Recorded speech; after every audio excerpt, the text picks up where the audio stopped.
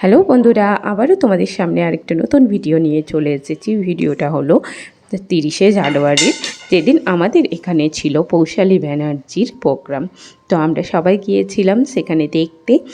আর দেখো, এই যে আমি এখানে অনেকটাই পিছনে দাঁড়িয়ে আছি, সামনের লোকজন ভর্তি ছিল, ওখান থেকেই আমি ভিডিওটা করছিলাম, কারণ এতই লোকজনের ভিড় ছিল যে আমি সামনে যেতেই পারছিলাম না।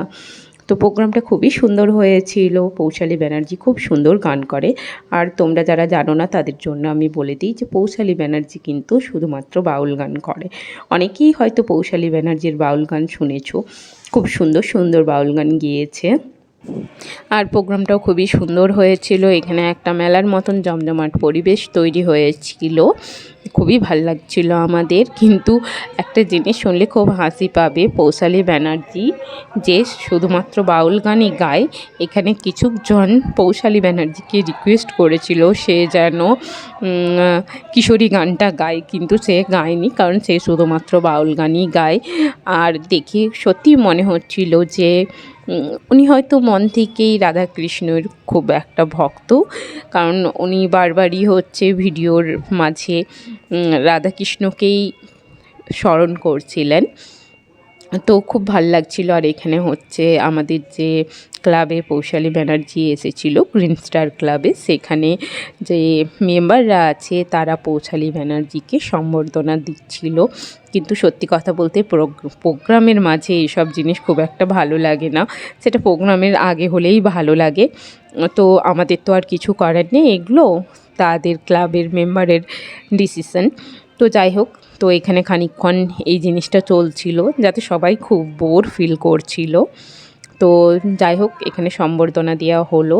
অনেকজন মেম্বার ছিল যারা উঠে পৌশালী ব্যানার্জিকে কিছু ফ্লাওয়ার দিচ্ছিল। আর তারপর পৌশালী ব্যানার্জি, এটা হচ্ছে শেষের দিকের মোমেন্ট, যেখানে একদম লাস্টের মোমেন্ট, যেখানে পৌশালী ব্যানার্জি একদম অডিয়েন্সের মাঝে এসে চেয়ারের ওপরে উঠে গান গাইছিল।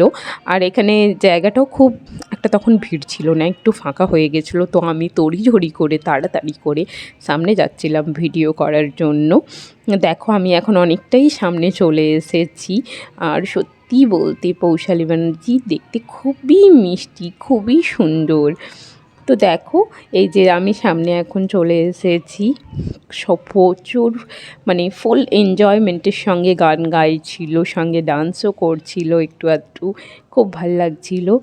সত্যি মনেই হচ্ছিল না যে উনি একজন সেলিব্রিটি বলে, এত সুন্দরভাবে প্রোগ্রামটা করেছিল। দেখো, দাঁড়াও, আমি তোমাদেরকে একদম সামনের থেকে দেখাবো একটা। এখানে আমি অনেকটাই কাছে চলে এসেছি, কিন্তু এই লাইটটার জন্য আমি আর বেশি কাছে যেতে পারছিলাম না।